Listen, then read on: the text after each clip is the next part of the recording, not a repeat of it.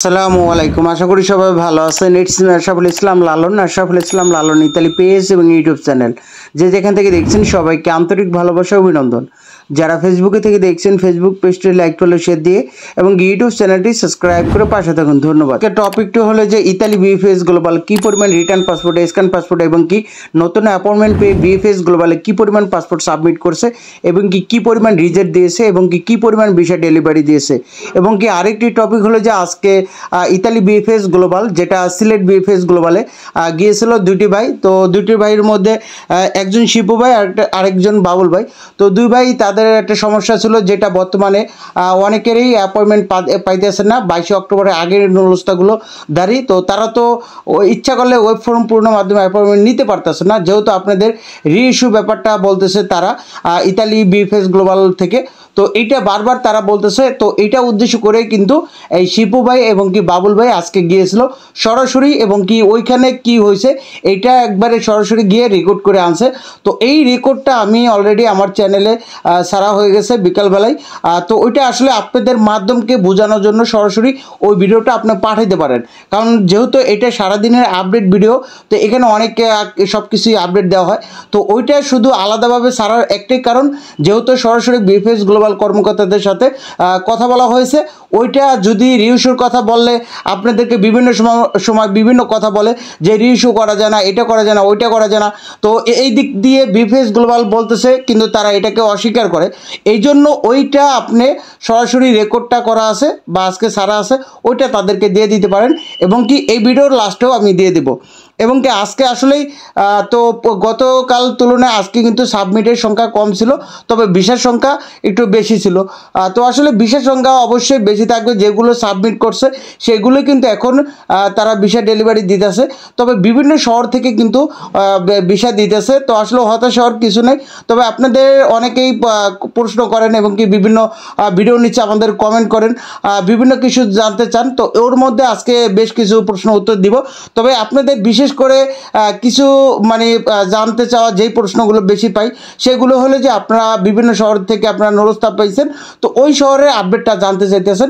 তো আপনাদেরকে আমি একটা জিনিস বলে রাখি, ইতালির প্রত্যেকটা শহর থেকেই মোটামুটি কাজ চলমান, তবে ওইরকমভাবে না। বিশেষ করে কিছু কিছু শহর থেকে অতিরিক্ত সাবমিট করতে বলতেছে, তবে কিছু কিছু শহর একবারই সাবমিটের সংখ্যা একবারই কম। তো এটা আসলে হতাশাজনক। তবে বর্তমান প্রথম থেকে এই পর্যন্ত যতগুলো শহরের মধ্যে সবচেয়ে মোটামুটি আপডেটটা পাইছি এই পর্যন্ত। বিশেষ করে রোম শহর, মিলান শহর, পালেরমো শহর, রাগুসা শহর, Sicilia, Siena, Venice, Avellino, Napoli, Rimini, Arezzo শহর, পিসা শহর, পদনন শহর, সামনম শহর, ফজিয়া শহর, সালার্নো শহর, পালেরমো শহর, লাতিনা শহর, তারপর পাদুয়া শহর। তো এরকম এই শহরগুলো থেকে অলরেডি এখন ভিসা চলমান। হ্যাঁ, কম বেশি হইতে পারে, যেটা আপনি ধরেন পালেরমো, রাগুসা, সিসিলিয়া, সিএনএ, ভ্যানিস এইগুলোতে প্রতিনিয়ত প্রচুর পরিমাণ ভিসা পাইতেছে, সাবমিটও করতেছে। তবে বাকি শহরগুলো থেকেও হইতেছে, তবে একবারে সীমিত। তবে এর মধ্যে আরেকটা শহর আছে যে আপনার কাসেত্তা শহর। তো কাসেত্তা শহরে আপনার গত সপ্তাহে বলছিলাম যে কয়েকজন হাতে গোনা সাবমিট করছিল, তো এখন আর ওরকমভাবে সাবমিট দেখতেছি না। তো অনেকেই কমেন্ট করছেন যে কাসেত্তা শহরের খবর কি। তো আসলে দুঃখজনক ব্যাপার যে আসলে কাসেত্তা শহর থেকেও কিন্তু অনেকেই নুরস্তারা পেয়েছে। তো নাপোলি শহরেও কিন্তু অনেকে চিন্তার মধ্যে ছিলেন। তো নাপোলি শহরও কিন্তু কাজ চলমান। নাপোলি শহর থেকেও কিন্তু অনেক নুরস্তা পেয়েছে। এই শহর তো বড় শহর, আর রোম শহর তো অলরেডি অনেকে কিন্তু ভিসা পাইতেছে। তো আপনাদের অপেক্ষা করতে হইব। আর আরেক কিছু ভাই যে আপনারা প্রশ্ন করেন ভাই এবং আপুরা যে আপনাদের ফ্যামিলি ভিসার জন্য কি আপডেট করতে হইব। তো ফ্যামিলি ভিসা যারা আছেন, তো আপনাদেরকে একটা সাজেশন দিতে পারি, যেহেতু আপনার হাজব্যান্ড ইতালিতে থাকে, তো তাকে একটা আপনি যদি আবেদনপত্র, যেটা আমি গত ভিডিওতে বলছিলাম যে আবেদনপত্রটা হবে যে আপনার হাজব্যান্ড অসুস্থতা বোধ করতেছে, এই মতো অবস্থায় আপনাকে খুবই প্রয়োজন। তো এইটা একটা আবেদনপত্র লিখে আপনার ইতালিতে মালিক বা উকিল ধরে উকিলের মাধ্যমে যদি এটা পেপুত্রায় বা সুই অফিসে স্পট হলো ইউনোকো ইমিগ্রেশন এই অফিসে গিয়ে যদি এটাকে ব্যাপারটা ক্লিয়ার করে, যদিও ভাগ্য ভালো থাকে হয়তো আপনার এটা হইতে পারে। দেখেন এখানে অনেক ভুক্তভোগী আছে 2023 সাল এবং কি 2024 সাল এবং কি অলরেডি 25 সালেরও কিন্তু অনেকে এখনও আপডেট পাইতেছে না। আবার আবার 25 সালে জমা দিয়েও কিন্তু অনেকে 1 মাসে 2 মাসের মধ্যে আপডেট পেয়ে যাইতেছে। তো আপনাদের এইটা অবলম্বন করতে পারেন। দেখেন এইটা আপনারা যদি করেন অলরেডি অনেকে পাইতে পারেন, আবারও সবার ভাগ্য তার এক না। তো আপনাদের এছাড়া আর কোনো রকম আপডেটের কিছু নাই। তো ওয়ার্ক ভিসা ক্যাটাগরি, এটা হলো ওয়ার্ক ভিসা ক্যাটাগরি যেটা সুই আপডেট, এটা হলো আপনার যে 22 অক্টোবরের আগের নলস্তাগুলো, 22 অক্টোবরের পরের যেটা 2024 সালে 22 অক্টোবর পরের নলস্তাগুলো 2025 সালে ওয়েব ফর্ম পূরণের মাধ্যমে অ্যাপয়েন্টমেন্ট নিতে পারে, যেটা ওয়েব ফর্ম পূরণের মাধ্যমে অ্যাপয়েন্টমেন্টের জন্য ওয়েব ফর্ম পূরণ করবে। তারপর যদি ওটা যাচাই বাছাই করে সব কিছু ঠিক থাকে তাহলে কিন্তু তাকে পেমেন্ট লিঙ্ক দিবে। পেমেন্ট লিঙ্ক দেওয়ার পর আবারও 24 ঘন্টার মধ্যে তাকে আবারও আপনার ডেট দিবে যে অমুক তারিখে তার ফাইলটা সাবমিট করার। তো এইটাই বলবো যে আসলেই ফ্যামিলি ভিসার জন্য আপনাদের ওইটাই করতে পারেন, আর ওয়ার্ক ভিসা ক্যাটাগরির জন্য এটা করতে পারেন। আর রিটার্ন পাসপোর্টধারী আপনাদের দেখেন আপনারা আপডেট এবং কি যে ভেরিফিকেশন এগুলা আপনারা এক করে ফেলান। আপডেট জিনিসটা এক, ভেরিফিকেশন এক, তারপর আপনার ক্লিয়ার এক। মানে আপনি তার কাছ থেকে ক্লিয়ার, ওইখান থেকে তারা বলল যে আমি এইটা ক্লিয়ার দিয়ে দিছি, তো এখন এখান থেকে আমাদের কোনো কাজ নাই, ওইটা একটা ক্লিয়ার পেপার থাকে। আর আপডেট জিনিসটা যে মালিকের কোনো ডকুমেন্টের সমস্যা থাকলে, যেমন আলেজ্য সমস্যা, তারপরে কডিকা ফ্যাক্সিল এজেন্ডা ট্যাক্স আইডি এইগুলো সমস্যা, এইগুলো হলো আপডেট জিনিস। এইটাকে আপডেট করতে হয়, আপডেট করে তিনি সাবমিট করবে। তো এই ভেরিফিকেশন যে তাকে ভেরিফিকেশন কোনটা, ভেরিফিকেশন হলো যে আপনি যে পেপুত্রা থেকে বা সুই অফিস থেকে যে আপনার ডকুমেন্টে কোনো একটা প্রয়োজন হয়েছে বা কোনো ডকুমেন্টের সমস্যা আছে, ওইটা ভেরিফিকেশন করতে গিয়ে যদি আপনার কোনো সমস্যা হয় তাহলে ওইটা মালিকের কাছে পেক পাঠায়, ওইটা সে সাবমিট করে। তো এখানে আপডেট, ক্লিয়ার, ভেরিফিকেশন এগুলা কিন্তু আলাদা আলাদা। তো আপনারা অনেকে বলেন যে আমারটা আপডেট করে ফেলাইছি, আমারটা ক্লিয়ার দিয়ে ফেলছে, তারপর ভেরিফিকেশন করে ফেলছে। তো এগুলো আপনাদেরকে বুঝাই দিলাম, যতটুকু বুঝছেন এইটুকুই। তো যারা কমেন্ট করেন, তো আপনাদের প্রত্যেকটা কমেন্টে আসলে দেখা হয়, অনেকে হয়তো রিপ্লাই দিতে পারি না। তো এত পরিমাণ কমেন্ট, আবারও অনেকে ইনবক্সে কথা বলার চেষ্টা করেন। তো আসলেই যতটুকু পারি ততটুকু আপনাদের সাহায্য করি। তো এর বেশি কিছু না। তো আপনারা এই যে প্রত্যেকটা শহর থেকেই জানার চেষ্টা করেন। তো এর বাকি যারা শহর, যেই শহরগুলোর কথা বলছিলাম, এই বাকি শহরগুলোর বাইরেও কিন্তু হয়তো অনেকের ভিসা হইতেছে। ওইগুলা আসলে ছোট শহর তো হয়তো আবেদনটাও কম পড়ছে, 2-1 ভিসা পাইলে ওইগুলো কিন্তু অতটা জানা যায় না। তো বড় বড় শহরের মধ্যে মনে করেন অনেক আবেদন থাকে, তো তাদের মধ্যে কেউ ভিসা পাইলে বা সাবমিটের SMS দিলে এগুলো একটু সহজেই জানা যায়। তো হতাশ হওয়ার কিছু নেই। তো আপনাদের জন্য আরেকটা প্ল্যান করতেছি ভবিষ্যতে, যেটা যেহেতু আমরা 2022 সাল থেকে 23 সাল থেকে 24 সাল 25 সাল এখন, তো মানববন্ধন, অনশন, গণ অবস্থান কর্মসূচি অনেক কিছুই করা হয়েছে। এর মধ্যে আপনাদের জন্য অনেক কিছু, অনেক মন্ত্রণালয়, স্বরাষ্ট্র মন্ত্রণালয়, পররাষ্ট্র মন্ত্রণালয়, তো বিভিন্ন জায়গায় দৌড়াদৌড়ি করা হয়েছে। তো লাস্ট প্রজেক্ট এখনও অনেকে আপনারা রিজেক্ট হয়েছেন। তো রিজেক্ট হওয়ার পর রিজেক্ট দাঁড়িয়ে অনেকে টাকা পয়সা অনেকে ঘুরাইতেছে। তো আপনাদেরকে উদ্দেশ্যে আমি একটা প্ল্যান করতেছি, প্রত্যেকটা জেলায় প্রত্যেকটা থানায় আমি আপনাদের উদ্দেশ্যে যে সকল ভুক্তভোগীদের এক করে, যেটা আপনি ধরেন মাদারীপুর জেলায় 4টা বা 5টা থানা, ওই শিবচর থানা বা আপনার মাদারীপুর সদর থানা, তো শিবচর থানা যত ভুক্তভোগীগুলো আছেন, তো তাদেরকে এক করে আমরা ওইখানে যারা যেই ভুক্তভোগীগুলোর সাথে বা খারাপ কিছু করা হইতেছে বা টাকা আজকে 1 বছর কথা বলে 2 বছর রাখতেছে, তো তাদেরকে একত্রিত করে আমরা প্রত্যেকটা ভুক্তভোগীদের বাড়িতে গিয়ে ওই জিনিসটাকে অ্যাটাক করা, বা অ্যাটাক জিনিসটা কি, যে তিনি সহযোগিতা টাকাটা দিয়ে দেয় তাহলে তো দিলই, আর আইনিভাবে এটাকেও লড়তে হইব এবং কি প্রত্যেকে এটার জন্য প্রস্তুত হন। তবে এখন না, এটা আসলে এখন জুলাই মাস চলতেছে, জুলাই মাসটা ইতালি বিফেস গ্লোবাল বলেন বা ইতালি অ্যাম্বাসিকে একটু সুযোগ দেওয়া উচিত আমি মনে করি, যেহেতু এখন পাসপোর্ট সাবমিট করতেছে কম বেশি এবং কি ভিসাও কালেক্ট করতেছে, এবং কি সামনে আমাদের আগস্টের 30 তারিখ এবং কি 31 তারিখ জর্জা মেলোনি ইতালি প্রধানমন্ত্রী আসবে। তো এইটাও আমাদের দেখার বিষয়।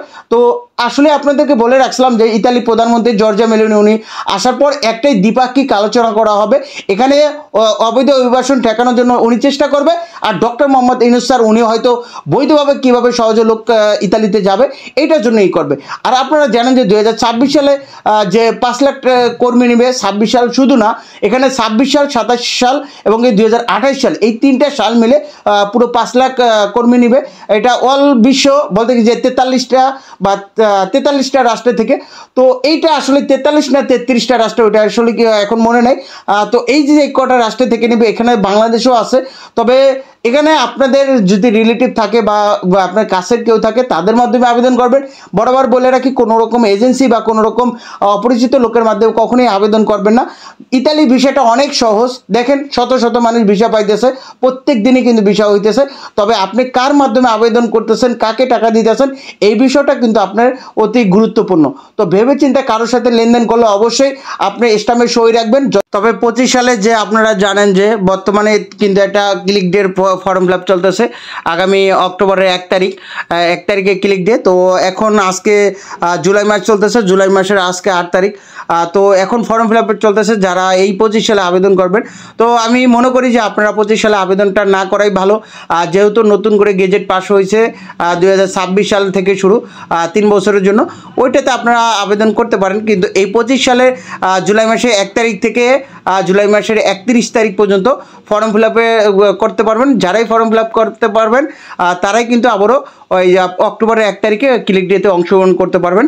তো আসলে আপনারা যদি আপন লোক থাকে, ভাই ব্রাদার, তাহলে করতে পারেন। তবে আমার সাজেশন থাকবে যে আপনি 25 সালে আবেদন করলে আপনি করতে পারেন, কিন্তু 26 সালে আপনি করলে সবচেয়ে বেশি ভালো হবে। 25 সালে না করাটাই ভালো। তারপরেও যদি কেউ করতে চান, ওটা আপনি নিজের ইচ্ছা আপনি করতে পারেন। তো আজকে বিশাল আপডেট হলো যে আজকে 8ই জুলাই 2025 রোজ মঙ্গলবার। তো আজকে মোট রিটার্ন পাসপোর্ট, স্ক্যান পাসপোর্ট এবং কি নতুন অ্যাপয়েন্টমেন্ট পেয়ে বিএফএস গ্লোবালে পাসপোর্ট সাবমিট সংখ্যা ছিল 43টি প্রায়, মোট রিজেক্ট সংখ্যা ছিল 11টি প্রায়, মোট ভিসা সংখ্যা ছিল 128টি প্রায়। এর মধ্যে ফ্যামিলি ভিসা ছিল 17টি, এগ্রিকালচার ভিসা ছিল 90টি, স্পন্সর ভিসা ছিল 15টি, ডোমেস্টিক ভিসা ছিল 3টি, ট্যুরিস্ট ভিসা 2টি, বিজনেস ভিসা একটাও হয় নাই, স্টুডেন্ট ভিসা 1টি। তো আসলে আজকেও কিন্তু মোটামুটি বেশ কিছু বিষয় হয়েছে। তো আসলে সাবমিটের সংখ্যা কম। তো আপনাদেরকে বরাবর বলে রাখছিলাম যে আমাদের ভিসা হবে, এটাই স্বাভাবিক। তবে কি পরিমাণ নতুন সাবমিট করা হয়, এটাই আমাদের মূল বিষয় বর্তমান। তো আপনারা জানেন যে পাসপোর্ট রিটার্ন আনার পর এবং কি স্ক্যান পাসপোর্ট জমা দেওয়ার পর যদি your visa ready, request your passport BFS global submit, তাহলে 100% ভিসা। আর যদি সাবমিট না করতে বলে যদি সরাসরি রেডি ফর কালেকশন এসএমএস দেয়, তাহলে 100% রিজেক্ট। তো হতাশ হওয়ার কিছু নাই, এবং কি আপনার মাধ্যমের সাথে যোগাযোগ রাখেন। সে যদি আপনার মাধ্যম মালিক ঠিক রাখে, 100% ভিসা পাবেন। একদিন আগে পরে অনেকে 2 বছর পরও ভিসা পাইতেছে, অনেকে 2.5 বছর পরও কিন্তু ভিসা পাইতেছে। তো শেষ মুহূর্ত যাতে ভালো হয়, এই জন্য আপনার মালিককে ঠিক রাখেন এবং কি আপনার মাধ্যমের সাথে যোগাযোগ রাখেন।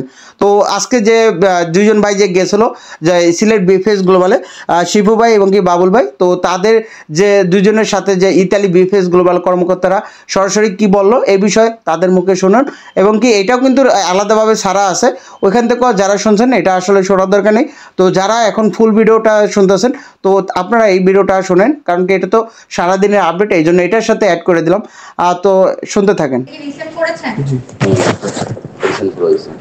নুলস্তা রিসেন্ট করছেন আপনি? নুলস্তা যেটা বলছিলেন এমবাসি থেকে এটাই করা হয়েছে। কবে করছেন এটা? রিসেন্ট করছেন? ডেট আছে দেখুন।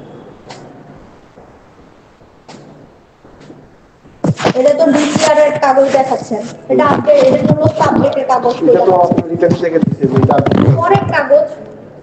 পরের কাগজ করা বলে তো এটা তো ডিসিআর। আপনি ওখানে গিয়ে কোথায় থাকবেন? ওটা নুলস্তা কিভাবে? আচ্ছা, এটা তো যেটা বলছে যে আপনার সুরক্ষিত একটা কাগজ দিয়ে ধরায় দিয়ে বললো যে সুরক্ষিত যেটা বলছে এটা ইতালি সুরক্ষিত যেটা বলে ইংলিশ থেকে এরকম কিছু বলা হয়।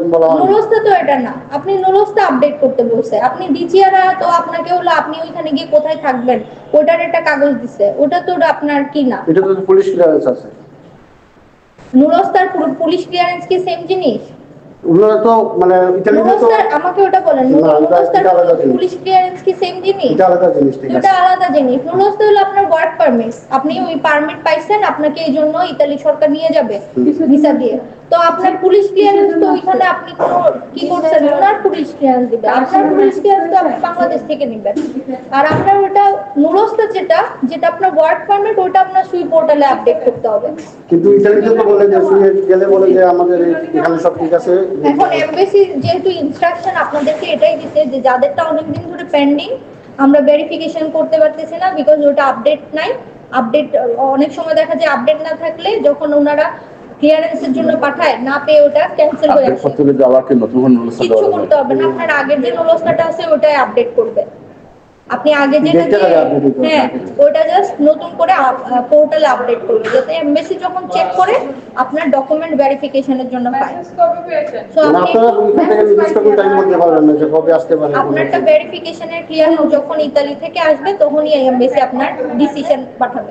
আজকে যদি আপনার ডিসিশন এমবেসিতে আসে, কালকেই আপনার ডিসিশন হয়ে আপনি 2-3 দিনের মধ্যেই পাসপোর্ট পেয়ে যাবেন।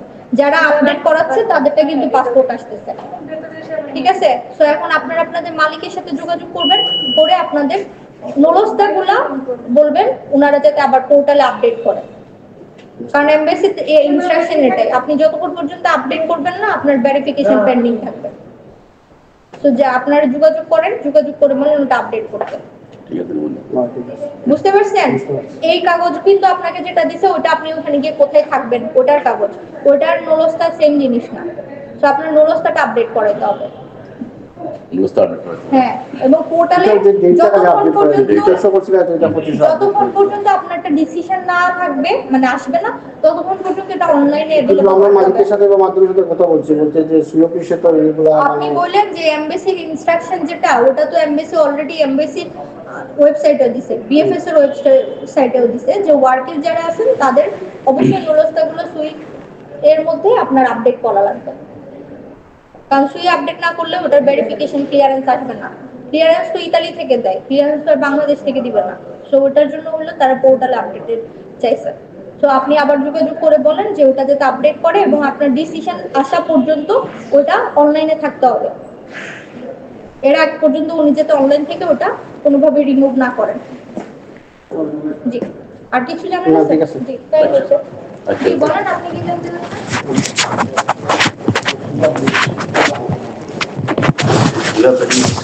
যখন কইরা ওখানে গিয়ে আপডেট করা লাগবে না। এটা জাস্ট খালি ডেটটা মনে করো কোনো আইসো না যে তোমার কালার আছে হওয়াটা কিন্তু এটা তো বুঝলাম না, তারা কয় যে আমরা কিছু সুইগ অফিসে গেলে মানে বিভিন্ন মানুষের মাতে শুনি যে গেলে হয় যে আমরা এখানে সব কিছু আপডেট আছে, এটা নিয়ে বিচার নেই না, বিভিন্ন দালালি করে মাধ্যমে দালালি করে না, এটা হয়তো